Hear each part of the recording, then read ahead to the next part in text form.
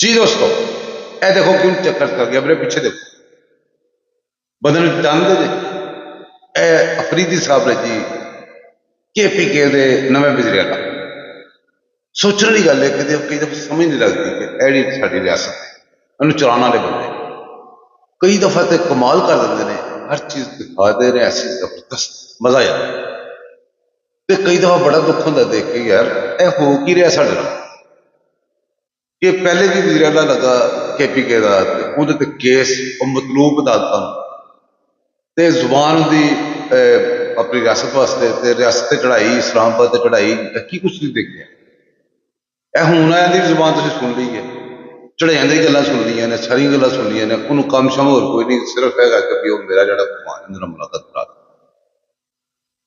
ਮੇਰਾ ਸੂਬਾ ਜਾਵੇ ਪਹਾੜ ਵਿੱਚ, ਸਾਰਾ ਕੁਝ ਜਾਵੇ ਪਹਾੜ ਵਿੱਚ। ਐਡੀ ਐਡੀ ਜ਼ਰੂਰੀ ਮੀਟਿੰਗਾਂ ਬੈਠਣ ਉੱਥੇ ਵੀ ਮੌਜੂਦ ਨਹੀਂ ਹੁੰਦਾ, ਉੱਥੇ ਵੀ ਨਹੀਂ ਜਾਂਦਾ, ਤੇ ਕੋਈ ਵੀ ਕੰਮ ਐਸਾ ਨਹੀਂ ਕਰਦਾ ਜਿਹੜਾ ਪਾਕਿਸਤਾਨ ਵਾਸਤੇ ਹੋਵੇ ਜਾਂ KPK ਵਾਸਤੇ ਹੋਵੇ।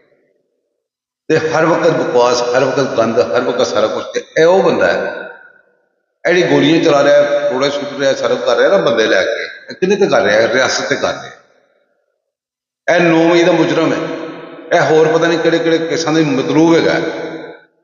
किस तरह वजीर बन जाते हैं, तो कि सपोर्ट ना बनते हैं, मैंने दसो। साढ़े असीं तो थानेदार नहीं लग सकते, साढ़े तो कोई केस हो तो बंदा इस जोड़ा है नहीं साफ सुथरा लोग रहते नहीं भर्ती हो सकता, बंदे के केस हो इत्थे किवें भर्ती होंदे।